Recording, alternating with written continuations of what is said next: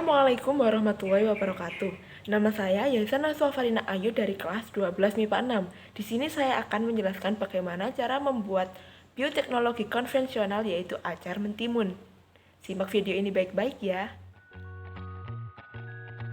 Ini adalah alat dan bahan yang digunakan untuk melakukan praktikum bioteknologi acar. Yang pertama ada gula, garam, kemudian timun, bawang merah, sendok, pisau, cuka, dan 4 buah wadah, serta telenan. Di sini saya akan mulai dengan memotong mentimun menjadi kotak-kotak atau dadu. Terlebih dahulu kita harus mencuci mentimunnya agar bersih dan steril.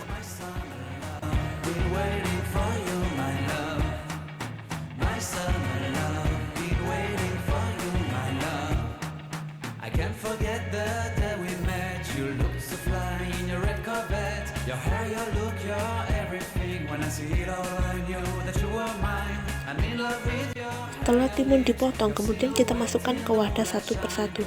Tak lupa pula untuk memotong bawang merah secara kasar.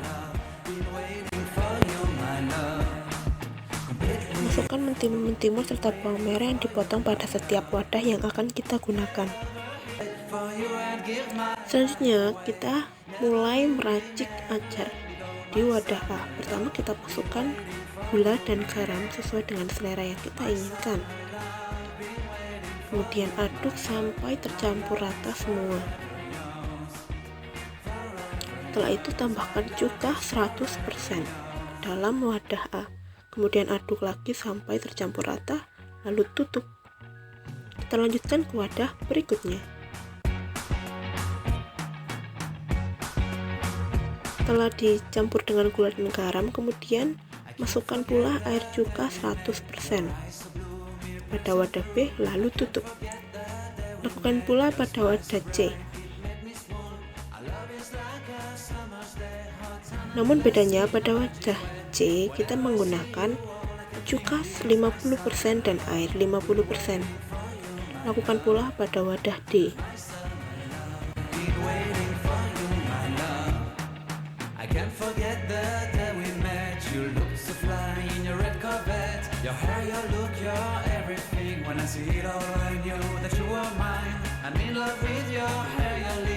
Setelah semuanya sudah disiapkan, maka masukkan wadah A dan C ke dalam kulkas.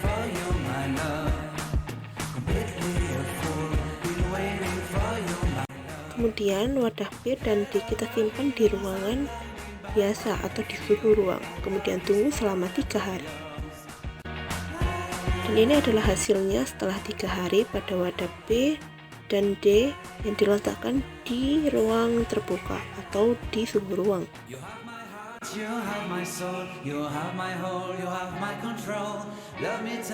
Bisa dilihat bahwa pada wadah B acarnya sudah mulai busuk dan tidak dapat dikonsumsi lagi. Kemudian pada wadah C dan A yang terdapat di dalam kulkas, acarnya masih segar dan masih dapat dikonsumsi.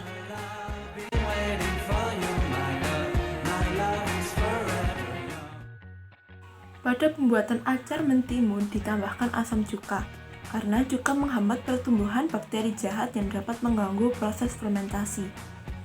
Dalam proses pembuatan acar, juga ditambahkan garam dan gula. Larutan garam tersebut menyebabkan hanya bakteri asam laktat yang dapat tumbuh. Garam dapat mencegah tumbuhnya mikroba pembusuk. Garam juga menyebabkan cairan yang terdapat dalam timun tertarik keluar melalui proses osmosis. Cairan tersebut mengandung glukosa yang nantinya digunakan oleh bakteri asam laktat yaitu Lactobacillus plantarum untuk melangsungkan proses fermentasi. Konsentrasi tersebut pada wadah A dengan konsentrasi cuka 100% dan penyimpanan di suhu dingin, dan wadah B dengan konsentrasi cuka 100% dan penyimpanan di suhu ruang menampakkan hasil yang sangat berbeda. Mulai dari tekstur yang lebih lunak acar pada wadah B. Hal itu karena proses fermentasi pada wadah B berjalan dengan optimal, karena bakteri optimal pada suhu ruang, sedangkan pada wadah A, bakteri yang muncul tidak bisa bekerja secara optimal. Karena itulah pada wadah B konsentrasi garam cepat habis sehingga membuat acar semakin lunak. Kemudian untuk warna, lebih pudar pada wadah B. Hal itu dikarenakan keasaman yang cukup tinggi karena pada wadah B dihasilkan banyak asam laktat, sehingga membuat warna acar berubah menjadi sangat pudar. Namun pada wadah B tidak bisa diuji rasanya, karena sudah timbul selaput berbusa warna putih dan juga tercium bau basi dari acar. Namun pada wadah A, rasa acar cenderung asam normal.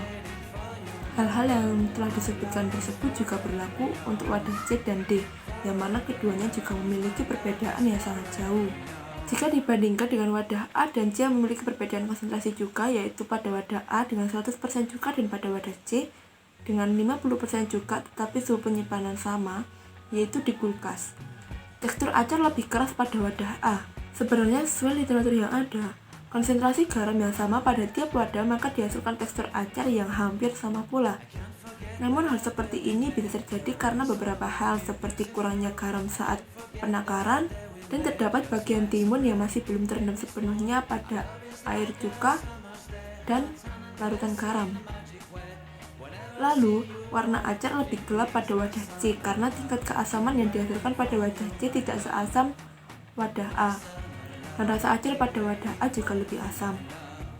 Sedangkan untuk wadah B dan D tidak terlalu menunjukkan perbedaan yang spesifik baik dari segi tekstur dan warna.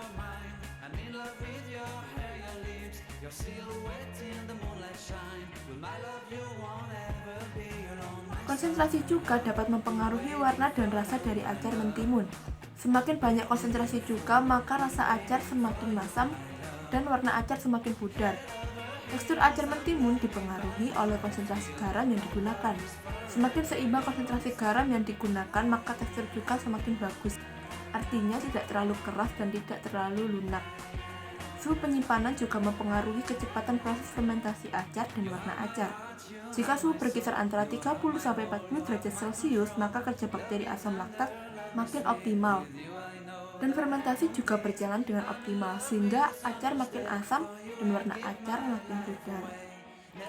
Itu saja informasi yang dapat saya sampaikan, semoga bermanfaat dan mohon maaf apabila terdapat kesalahan kata. Wassalamualaikum warahmatullahi wabarakatuh.